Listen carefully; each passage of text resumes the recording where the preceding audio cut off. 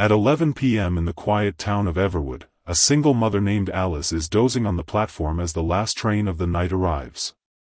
A young boy, sweaty and shivering, stumbles out, no adult, no ticket. He looks about 9, clutching a tattered teddy. Alice's heart twists when she sees him. She hesitates, rules forbid unaccompanied children. Yet when she hears him whisper, "I'm lost, everyone's asleep," she decides, she must help. She buys him a hot chocolate from the kiosk. He refuses to give his name.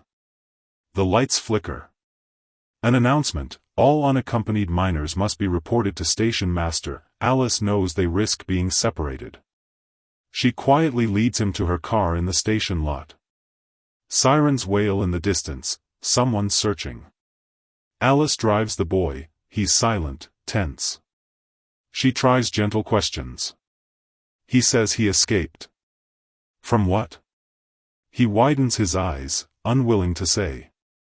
She insists sobriety. Meanwhile, phone beeps, a local children's welfare call, someone reports a missing child. Alice's phone buzzes with location tags uncomfortably close. Panic. She pulls off the road into a deserted park, lights off. The boy whispers, "I ran from my house because my mom was not kind. She shut me away."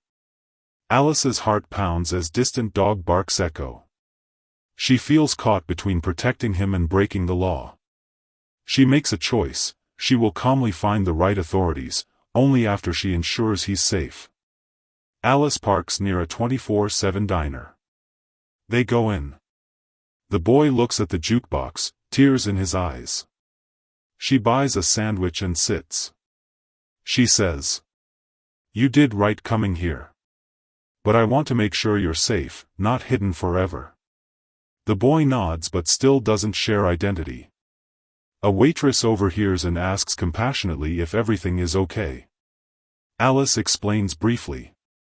The waitress whispers they'll call a trusted volunteer who helps children in these situations.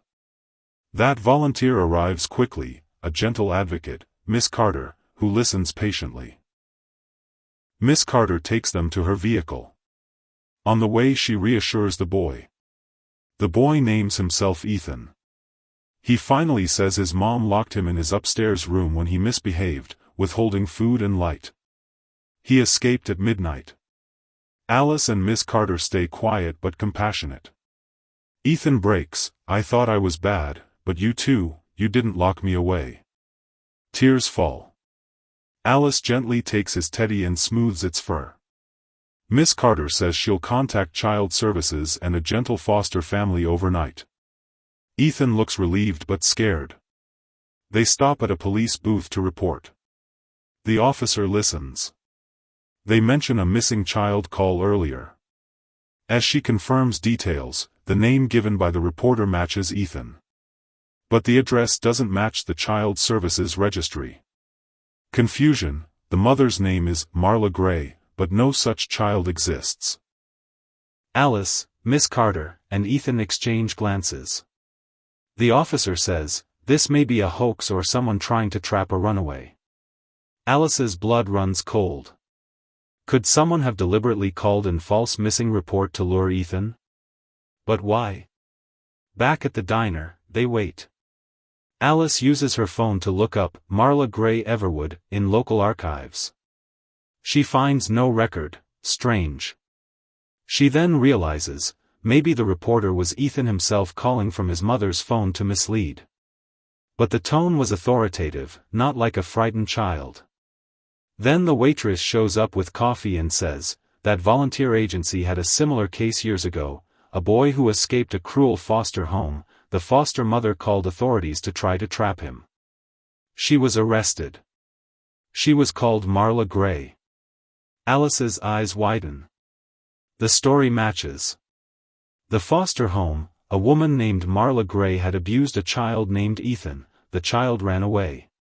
Public records show criminal conviction. That child was adopted out after. That was 8 years ago. Could the same foster mother be back in Everwood, and Ethan is her biological son? The suspense tightens. Miss Carter calls Child Services.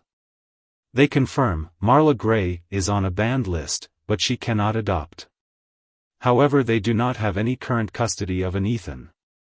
The boy's paperwork is missing, he slipped through. They suspect an illegal operation. Alice suggests, we need to find his birth mother, or the foster mother, before she or someone else uses him. They drive to the old foster home, now abandoned. Lights flicker within. They approach quietly. A shadow moves. They knock, windows rattle. A woman appears, pale, haunted, Marla Gray herself. She looks at Ethan, you came back. She steps in. Ethan steps back. Alice stands firm between them. Marla speaks softly, you ran away as a baby. I still love you. Her voice cracks. Ethan whispers, you hurt me. Marla weeps, raising her hands, I never meant to, I got desperate, lost control. I'm sorry. Let me make it right. Alice gently says, Ethan needs safety, honesty, not fear. We will call the authorities and Child Services. Let them decide. But no more hurting. Marla falls to her knees, her body shaking. She allows Miss Carter to take pictures, while Alice sits with Ethan in the yard. The night air, tense but calm. Child Services sends a team. They arrive. Marla is taken in for questions. Ethan is offered a licensed warm foster home with kind guardians, who volunteered. Marla sobs silently. Ethan hugs Alice and Miss Carter, thank you. Alice looks skyward, midnight slowly passed into dawn. Outside, birds chirp softly. 2 months later, Ethan writes Alice a letter. Dear Mrs. Alice, thank you for saving me. I'm with a family who loves me. I'm doing well at school. I still keep Teddy. I hope you are happy. Love, Ethan. Alice tears up but smiles. Miss Carter updates, Marla Gray was convicted and placed in therapy and supervised community service. But banned from child contact for years. Alice keeps Ethan's letter in a frame. She sometimes rides the 11 p.m. train home, remembering the frightened boy, and how a small act of kindness changed everything.